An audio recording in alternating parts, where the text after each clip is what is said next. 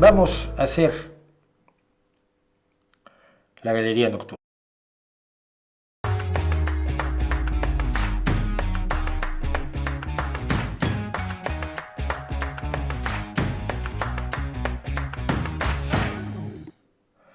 Y estamos hablando de un señor al que ustedes no conocen. Dudo mucho, salvo que hay aquí uno muy ciencia ficcionero, dudo mucho que haya aquí quien conozca a Virgil Finlay.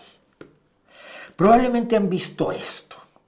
Si no han visto esto, váyanse dando una idea de la clase de monstruo de la gráfica al que nos vamos a enfrentar el día de hoy.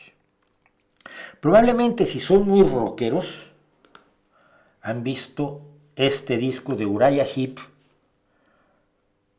una gran banda muy infravalorada, creo yo, que usaba como su portada y su contraportada, disco doble, este extraordinario dibujo de Virgil Finlay. ¿Y quién era Virgil Finlay? Pues este simpático señor con el bigote recortadito y aspecto de que de cuando en cuando visitaba el gimnasio. El señor Virgil Finlay es un dibujante estadounidense prácticamente autodidacta, aunque sí tomó algunas clases en una escuela de arte, que vivió de 1914 a 1971. Sin este señor, muchos de los dibujantes de los años 70, 80, que lo volvieron a usted loco como Giger o como Moebius, no habrían existido. La concepción visual de Virgil Finlay estuvo siempre muy por encima de las publicaciones, que eso también pasaba con los escritores, de las publicaciones donde publicaban. ¿Por qué? Pues porque Virgil Finlay publicó en las revistas pulp.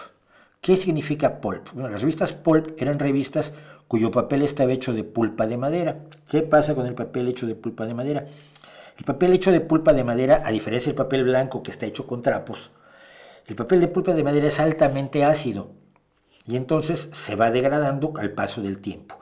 No está hecho para durar. Si usted alguna vez compra una de estas novelitas, que el papel era más bien amarronado, color beige, y se compra una novelita de los años 50, 40, 30, se empiezan a deshacer directamente las páginas, se rompen, son quebradizas por la acidez de la pulpa de madera. Bueno, esas revistas hacían ciencia ficción, terror, fantasía y todo lo que hoy consideramos bases fundamentales de la narrativa del siglo XXI. Ciencia ficción, fantasía, terror, policíaco. Pocas cosas hay que salgan de eso, ¿no?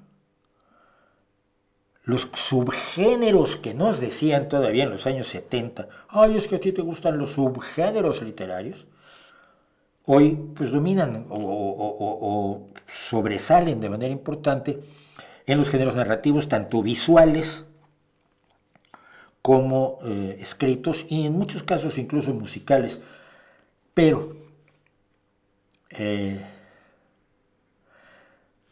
en esas revistas publicaban escritores como Howard Phillips Lovecraft, como Isaac Asimov, como Arthur C. Clarke, como el grandioso cuentista Frederick Brown, como Theodore Sturgeon, injustamente olvidado, uno de los tipos más brillantes del mundo,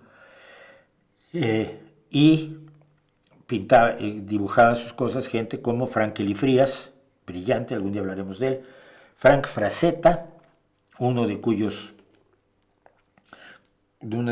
portadas fue utilizada después por Queen para uno de sus discos, como Uriah Heep lo hizo con estos, y este señor que es Virgil Finlay.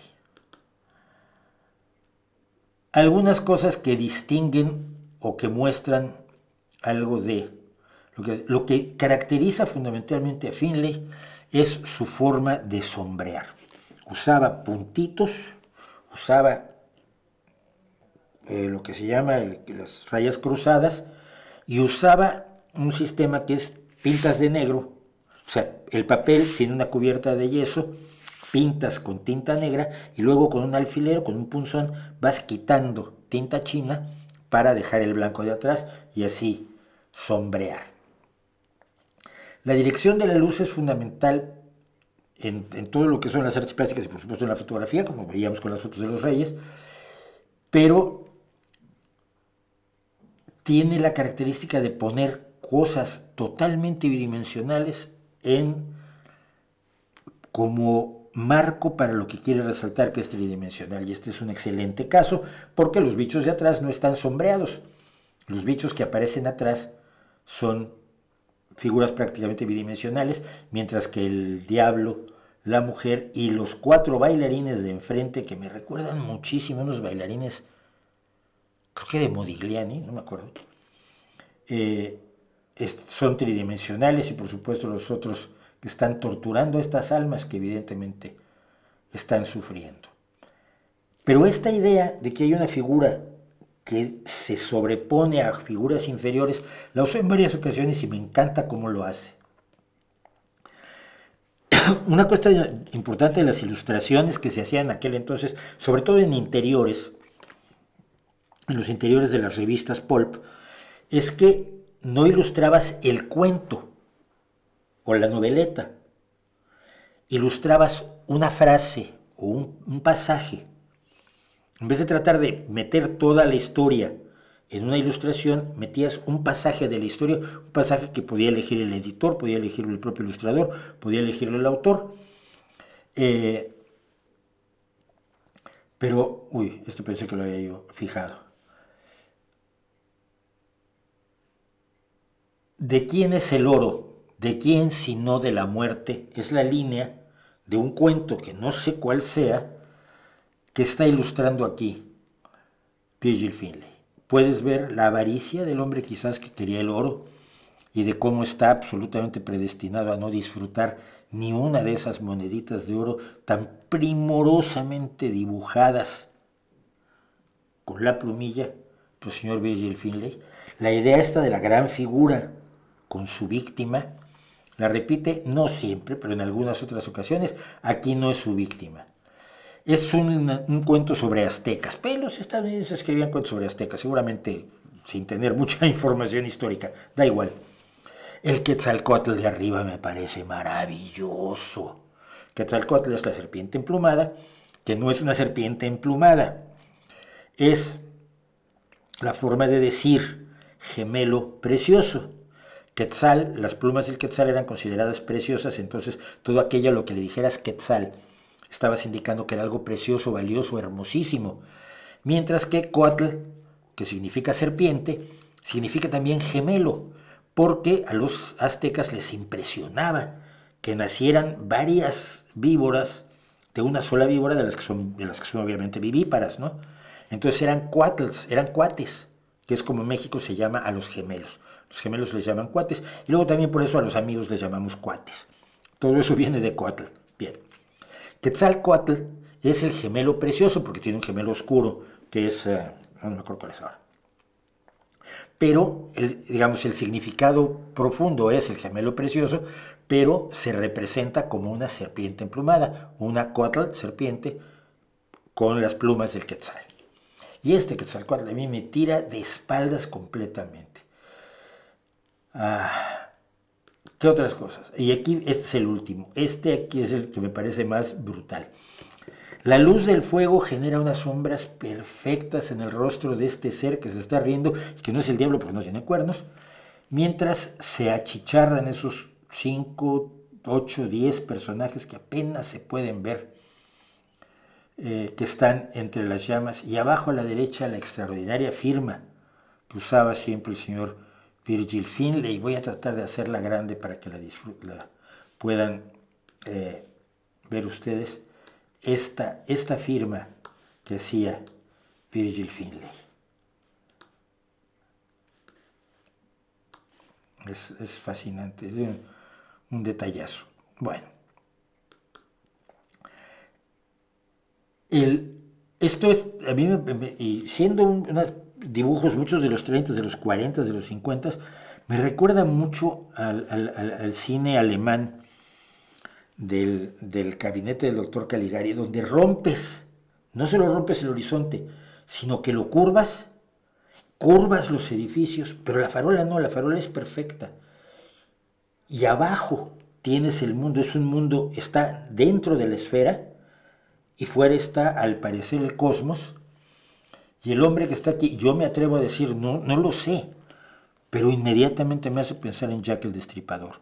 Y si es o no es Jack el Destripador, de todos modos, la fortaleza narrativa de la que es capaz el dibujo de un señor al que le pagaban, ¿cuánto? Tenía yo por aquí de 8 a 11 dólares por ilustración. De 8 a 11 dólares. Yo acabo de comprar una pintura de Afremov por 89 porque sus hijos me la dejaron barata. Pues las venden 150 y originalmente valían miles, pero Afremov murió y dejó un montón de cuadros y sus hijos los están rematando y yo encantado de la vida. Ya tenía yo tres cuadros preciosos de Afremov que no me costaron arriba de 100 euros cada uno tampoco. El arte cuesta, pero que te paguen de 8 a 11 dólares por hacer esto es una locura. Decía yo que los seres mecánicos que nos imaginamos después tienen sus orígenes en estos ilustradores, no solo en Virgil Finlay, por supuesto, sino en gente como Kelly Frías y como Frank Frazetta. Frazetta se dedicó luego más a la fantasía. Frazetta es el gran ilustrador de toda la obra de Conan, de Robert Howard, sobre la historia de Conan, que es la estética que usa después la película de Conan el Bárbaro con el Gobernator, con Arnold Schwarzenegger. Pero vean, en esta pila de robots, de piezas mecánicas destruidas, ruinosas, con aquel brazo de robot alzándose, como buscando algo, y al robot triunfante que está llegando al sol. Es que narra toda una historia, y esto lo hallo yo absolutamente impresionante. Voy a ir más rápido. Luego busquen ustedes. Esto a mí me mata. Probablemente uno de los mejores retratos de Lovecraft. Lovecraft como un caballero inglés del siglo XVII o XVIII. ¿Qué es lo que era Lovecraft? Su racismo se corresponde al caballero inglés del siglo XVII. Su visión del mundo, su horror ante el Nueva York, pues se corresponden a un caballero de esa época. Con esos seres detrás, la cabra y lo que parece un felino y la calavera, y el gran Howard Phillips Lovecraft escribiendo. Una maravilla. Hablaba yo de que Virgil Finlay es un maestro de la composición. Muchas veces la composición de estas cosas estaba dada por la página. Oye, es que necesitamos una ilustración en L porque aquí va una columna de texto. Y tú componías de acuerdo a las necesidades que te daba el editor o el formador, pero aún así la enorme capacidad de composición que tiene Virgil Finlay a mí me parece verdaderamente impresionante. Si el personaje de la izquierda fuera del mismo tamaño y estuviera tan cerca de nosotros como el de la derecha, carecería totalmente de profundidad el dibujo. Pero cuando tienes uno cerca y el otro lejos, inmediatamente te lleva a los ojos, y esto es lo que hace la buena composición. La buena composición decide cómo mueves tus ojos por la obra, por la fotografía, por la pintura, por el dibujo, etc. Primero ves el personaje grande, luego ves el personaje pequeño y te lleva los ojos a todos los demás personajes que están atrás y que te están contando cómo es el cuerpo de los dos que tienes enfrente, que no ves el cuerpo. Parece brillante. Hay un cuadro del previo al impresionismo francés que me parece que Virgil Finlay bebió muchísimo de él. Es una mujer vampiro, precisamente, una mujer murciélago más que una mujer vampiro. La genialidad aquí es el espacio a la derecha, que no está en el centro. Si estuviera en el centro, sería aburrida. Si estuviera a la derecha, siempre te genera la idea de qué habrá allí. Es el tipo de cosas que pretende ser una buena composición. Esto. el hombre del frente, que apenas lo ves, por cuyos ojos dominan con la luz, con la deformación incluso de tamaño, dominan completamente la imagen, ese hombre está aterrorizado. Las gotas de sudor en su frente nos lo dicen todo, la forma en que tiene apretado el puño. El de atrás está asombrado, está interesado en lo que está viendo. No le gusta lo que está viendo, pero no tiene miedo. Son dos expresiones radicalmente distintas. ¿Qué es lo que está viendo aquel? A lo que no le tiene miedo, pero lo asombra, y es aquello a lo que el que está enfrente le tiene un terror absoluto. Cosas como esta, la enorme capacidad de crear belleza, y lo que decía yo al principio, ella es un personaje totalmente tridimensional. Él es un personaje tridimensional, aunque más en alto contraste, pero todo lo que los rodea es bidimensional, de hecho es dibujo a línea, ¿no? Esto es delicioso, es que es increíble ver cómo te dice de qué época es por el peinado y por el maquillaje de la modelo. Es inevitable que se note, no tienes modelos casi neutras. Estoy pensando en los prerrafaelitas, sí tenían, pero modelos que sean totalmente neutras. Al usar un determinado peinado, al usar una determinada pose y un determinado maquillaje, te traiciona. Esta mujer estaba en los años 40, 50, quizás hasta fines de los 50, pero es maravilloso como las dos plastas negras que tienes a los dos lados, sin que te des cuenta, la enmarcan a ella. Solo cuando lo miras te das cuenta que lo hizo.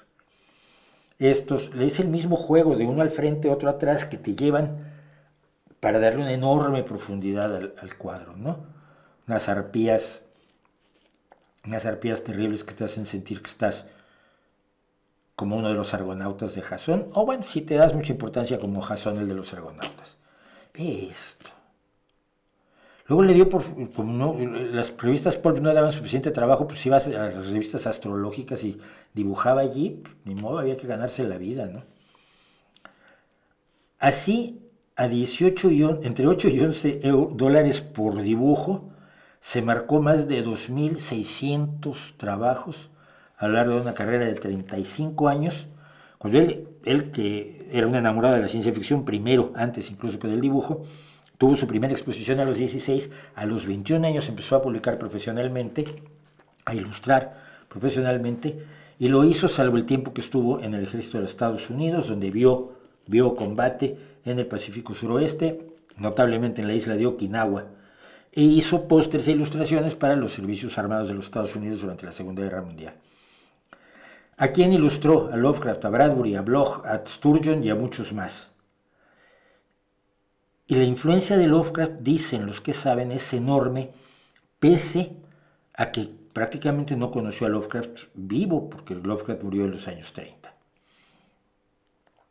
En 1953 ganó uno de los primeros premios Hugo, que son los premios que todos los años se dan a lo mejor de la ciencia ficción, tanto ilustrada como de cuentos cortos, novelas, noveletas, grandes novelas, etc. Esta es la misma historia de planos, que a mí me parece además tremendamente inquietante que él esté tan oscuro y ella al tocarlo se vuelve oscura. Las estrellas están dentro de él, pero no dentro de ella, solo dentro de su pelo. ¿Qué relación tienen estos dos amantes? Un amante cósmico, una amante humana.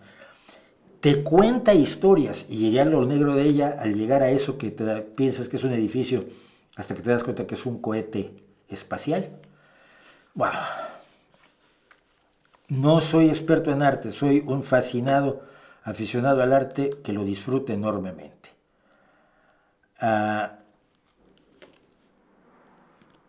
Esto de la izquierda lo han visto ustedes en muchos lugares. Yo lo he visto en muchos lugares. El robot que intentó salvar al ser humano y no lo consiguió.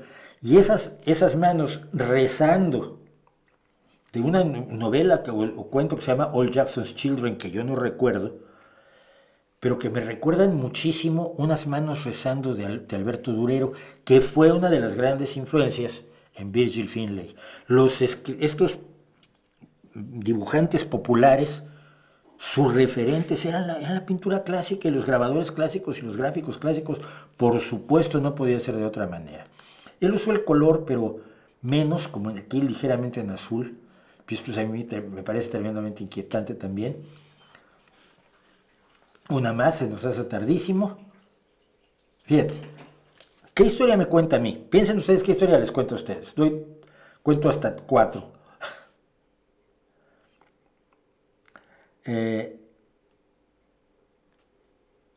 Atrás tenemos unas personas, un humano y otro que parece de la misma raza que el de la derecha, pero con cascos. Lo cual te sugiere una guerra. Atrás hay como un jurado o un público. Estos están ante una mesa donde no se ve nada, pero parece una mesa de juego, ¿no? Y entonces el hombre de la izquierda, que tiene por lo menos la indicación de ser militar por las botas y quizás hasta el cadete espacial por el rodelete este, que es donde se pone el casco espacial, él y el extraterrestre van a jugarse algo, que puede ser el futuro de la humanidad. Me recuerda mucho a Arena, que es un gran cuento, por cierto. Cosas así, que no sé en qué cuento puedan haber cabido, pero finalmente esto es probablemente de lo más bonito que he visto yo en mi vida. Yo hice mucha fotografía de desnudo tratando de capturar la luz de Caravaggio en desnudo femenino. Mucho hice.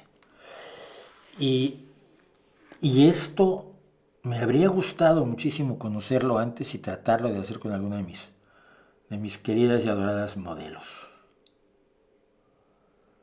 De mis queridas y adoradas modelos, el personaje de atrás que está viéndola así, me recuerda, por cierto, un marciano de Frank Kelly Frías.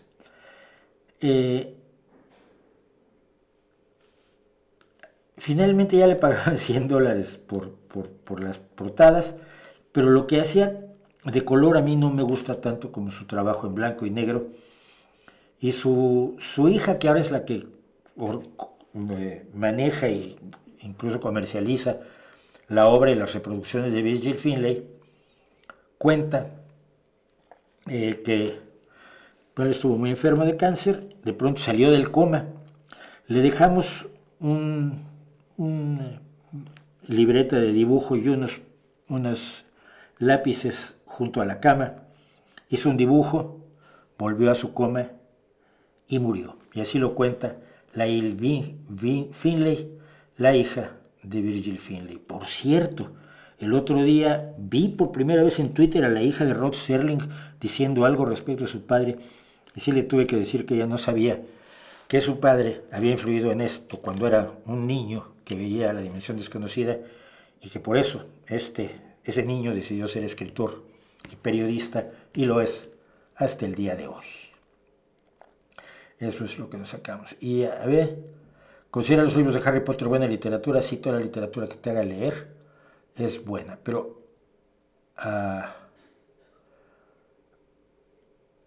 Heriberto Lozano me pregunta, ¿es cierto que en ciencia ficción solo valen la pena Lem y Bradbury? Es lo que dicen los elitistas. Los elitistas siempre se meten la pata. Los elitistas siempre se equivocan. En la ciencia ficción valen la pena muchísimos autores, algunos que yo, como Sturgeon, que escribió probablemente uno de los cuentos de políticos más importantes de la historia, que es Zapatos Marrones, están relativamente olvidados. Pero yo me acuerdo, por ejemplo, yo fui muy amigo de Gordon Dixon, que escribió una serie sobre un planeta que era Esparta a nivel planetario. Dotaba de mercenarios a todos los demás planetas. Eran los Dorsai. Y el ciclo de los Dorsai es un ciclo maravilloso. Harry Harrison escribió una trilogía humorística extraordinaria que es La Rata de Acero Inoxidable. Robert Bloch escribió los mejores cuentos de horror. Richard Matheson escribió una de las que es para las mejores novelas de la historia de la humanidad, que es Soy Leyenda, y que han tratado de llevar al cine 4 veces, cada vez con resultados peores y más abominables, que nunca se han acercado a la gloria de la novela, porque es una novela cuento, que hasta la última frase no te enteras de qué fue lo que estabas leyendo. Y eso lo hace extraordinario porque es una novela que es al mismo tiempo terror, ciencia ficción y thriller. De vampiros. Mi amigo, ay, ¿cómo se llamaba? Por favor, de verdad, es horrible que olvide su nombre, porque a veces yo estuve en su casa un tiempo y arreglábamos el mundo y todo, era mucho, mucho mayor que yo. Pero él fue el fundador de la ciencia ficción económica, la ciencia ficción de la economía, porque él le interesaba la economía, había sido soldado en la Segunda Guerra Mundial.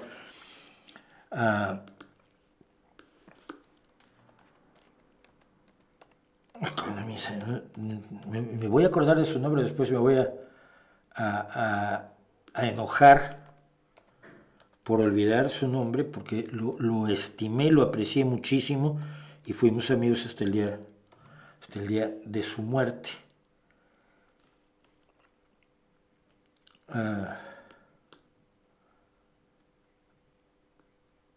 Deja ver si encuentro su nombre. No está ni siquiera en una lista de escritores de ciencia ficción económica.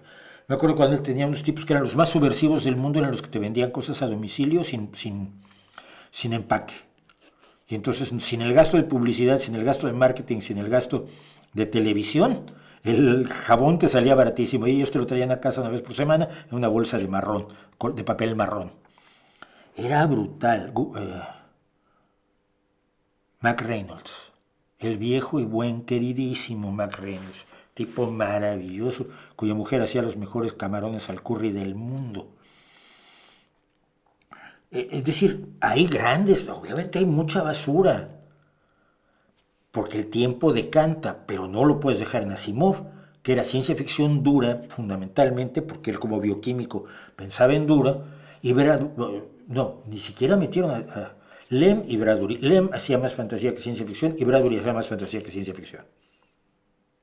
Los dos hacían más fantasía que ciencia ficción. Y yo soy un enamorado de Lem, sobre todo de su novela, manuscrito allá de una bañera, que le recomiendo a todo el mundo que se me pone cerca. De Bradbury recomiendo más una policíaca, que es Tiempo... La muerte es un asunto solitario. O sea, para mí la mejor novela de Bradbury. Pero ninguno de ellos es ciencia ficción, como la que hacía Harry Harrison o Frederick Brown o Gordon Dixon, vuelvo a decir, o por supuesto, ¿cómo se llama? Olvido los nombres de gente que me fue cercana porque mi cerebro funciona de una manera muy extraña. Y eso, atreviéndome a decir que mi cerebro funciona, Harlan Ellison. Y Harlan Ellison, que nos conocimos tirándonos los platos a la cabeza y acabé adorándolo al tipo genial, brillante, un escritor fuera de serie, que tiene por lo menos 2 cuentos que es indispensable leer, yo creo, para entender la literatura del siglo XX, que son un niño y su perro, que no es un niño, A Boy and His Dog, es un chico y su perro, porque no es niño, pero tampoco es adolescente mayor, el personaje, y No tengo boca y debo gritar, que es uno de los títulos más extraordinarios de la historia de la literatura en cuentos que yo recuerde, junto con uno de un amigo mío totalmente olvidado, que fue Agustín Cortés Gaviño y que escribió Como un fantasma que buscara un cuerpo. No, la ciencia ficción no se acaba en Lem ni Bradbury, y quien lo diga no tiene ni idea de ciencia ficción y es de los posers que por leer 2 cosas creen que te pueden dar clase. Y no he metido ni a los mexicanos. Lean a José Luis Zárate, por favor, lean a José Luis Zárate, que es para mí uno de los mejores narradores de México del siglo XX.